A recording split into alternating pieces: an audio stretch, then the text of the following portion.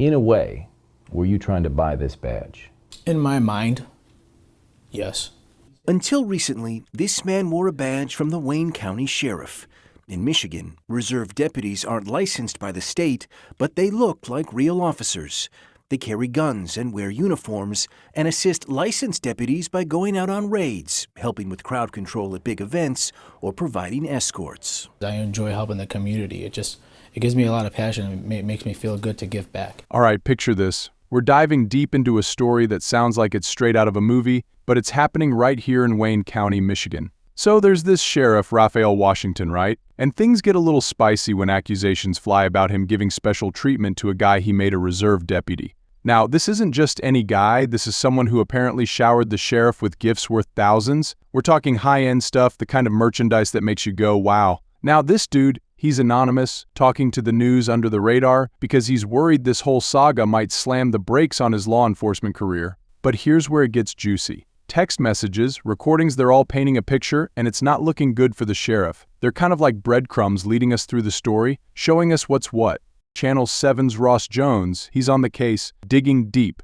He throws out this zinger. Did you get this badge because you were qualified, or because you gave the sheriff the right gifts? And the guy, he doesn't miss a beat, because I gave the sheriff the right gifts. Boom, there it is. But hold up, the sheriff's office? They're backpedaling faster than a cyclist in the Tour de France, first denying the appointment, then saying, all right, he was sworn in, but those gifts?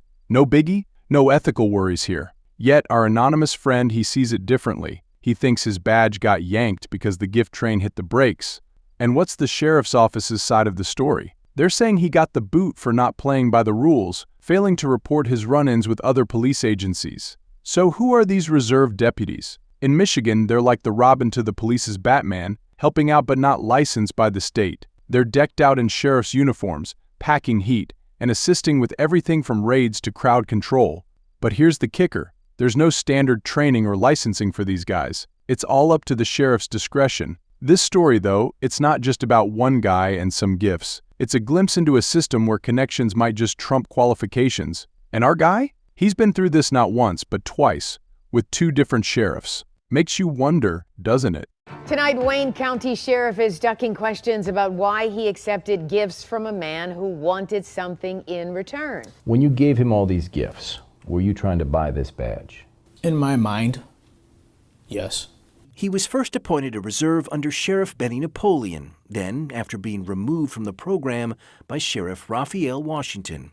In both cases, he said he got his badge not by going through normal channels, but by going straight to the top. According to rumors out there, this is the best way.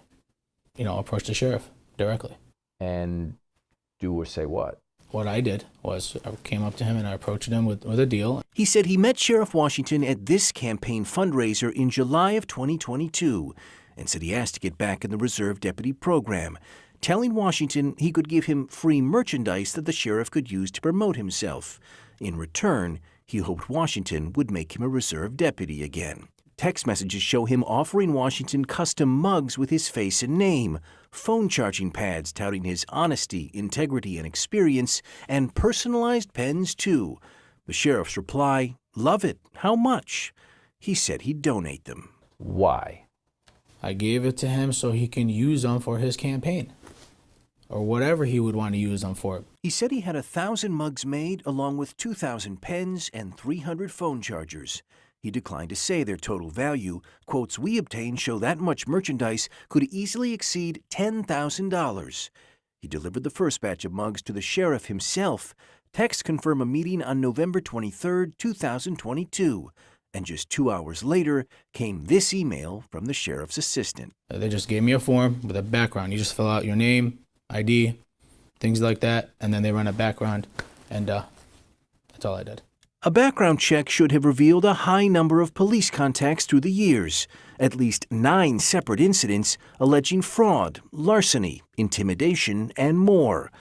Only one case led to criminal charges from his time as a reserve officer somewhere else.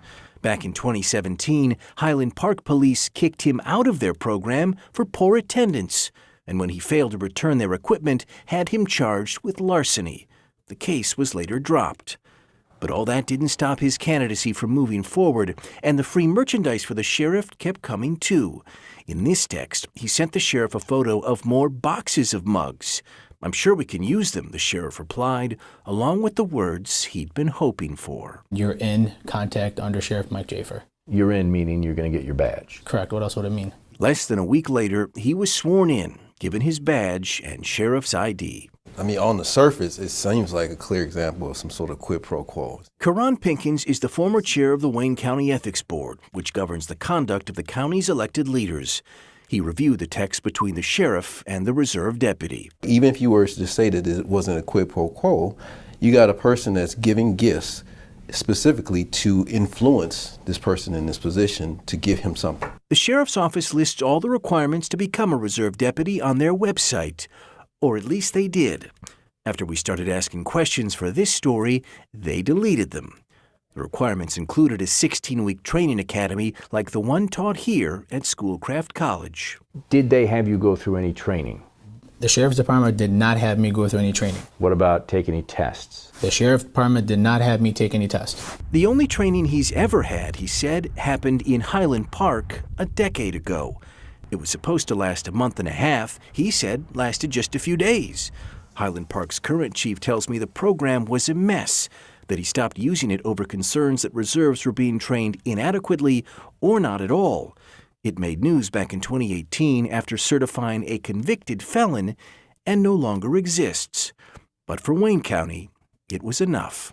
I'd like to be able to tell you how the sheriff explained all this, but he refused to talk to us for this story. His spokesman, Ed Foxworth, did, and told us a number of things that are just plain false. First, he claimed the sheriff never gave this man a badge to begin with. Of course, that's not true. So the next day, he changed his story, acknowledging that yes, the sheriff did appoint him a reserve deputy, but insisting all those gifts played no role in his decision. He said the sheriff never even used them. Quote, "We never handed out a single one." Really? Yeah, I need some mugs. I'm having a fundraiser birthday party. Okay. On the end of August, and I'm doing some VIP bags. But the sheriff's own words tell a very different story. This is a recording of a phone call he placed in July asking for more merchandise. He was about to have a campaign fundraiser. I don't have enough mugs. Okay. Because I really save them for my seniors and stuff, and for people who, I want to get some to, Okay.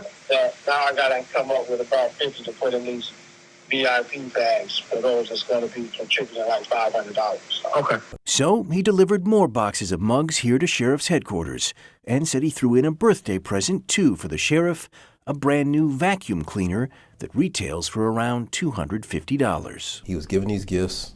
The sheriff was comfortable receiving them, and then he began to accept them and then began to solicit them himself. This is all problematic. This guy claims he landed a sweet gig as a reserve deputy not because he's the next Dirty Harry, but because he was the sheriff's personal Santa Claus, showering him with gifts. The question that got everyone buzzing was, did you get this shiny badge by being top of the class, or did you just know the right people and have the right gifts? And our guy? He believes it was all about the gifts.